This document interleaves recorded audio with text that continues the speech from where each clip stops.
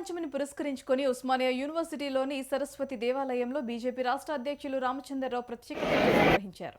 విద్యార్థులకు సరస్వతి తల్లి అనుగ్రహం ఉండాలని రామచంద్రరావు ఆకాంక్షించారు. సరస్వతి కటాక్షంతో బాగా చదువుకొని ఉన్నతంగా ఎదగాలని కోరారు.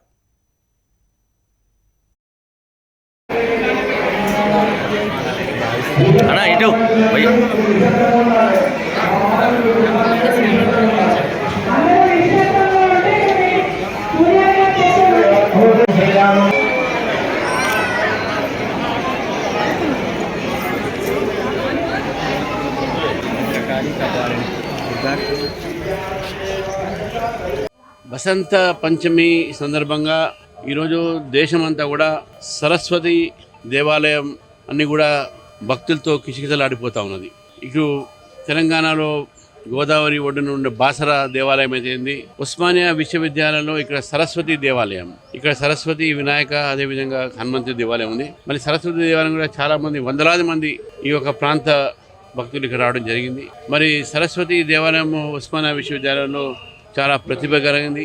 ఇక్కడ చదువుల దేవత, స్టూడెంట్స్ కూడా ప్రతిరోజు ఇక్కడ వచ్చి మంచి చదువు ప్రసాదించమని చెప్పేసి కూడా కోరేటటువంటి దేవాలయం ఇది. మరి ఇక్కడ ఈరోజు చాలా పెద్ద ఎత్తున అక్షరాభ్యాసాలు అదేవిధంగా పూజలు హోమాలు జరుగుతూ ఉన్నాయి. మరి వసంత పంచమి సందర్భంగా భారతీయ జనతా పార్టీ తరఫు నుంచి నేను రాష్ట్ర ప్రజలకు వసంత పంచమి శుభాకాంక్షలు తెలియజేస్తూ మరి ఆ సరస్వతి ఒక దేవత అనుగ్రహము ముఖ్యంగా మన విద్యార్థులకు మన పిల్లలకు మంచి చదువు వచ్చి మంచిగా ఉన్నత స్థానాల్లో అందరూ కూడా ఉండాలని చెప్పేసి కూడా తెలంగాణ విద్యార్థులకు నేను ఈరోజు ఈ సందర్భంగా శుభాకాంక్షలు తెలియజేస్తూ మరి మరొకసారి వసంత పంచమి శుభాకాంక్షలు తెలియజేస్తాం.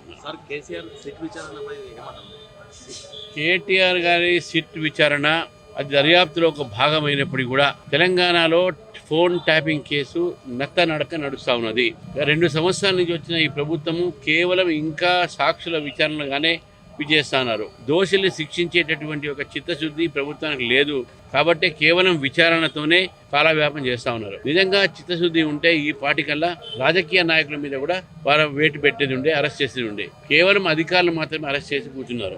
ఇంతేకాకుండా గత ప్రభుత్వం చేసినటువంటి ఒక ఘోరాది ఘోర క్రైమ్ ఈరోజు ఒక సుప్రీంకోర్టు కూడా ఒక వ్యక్తిగతమైనటువంటి ఒక స్వేచ్ఛ మీద కానీ వ్యక్తిగతమైనటువంటి ఒక ప్రైవసీలో కానీ ఎవరు కూడా చేయరాదు.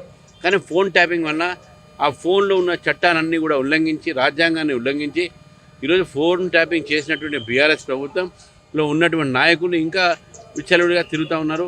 వాళ్ళు ఇంకా అదే ఒక ధోరణి ఉన్నారు.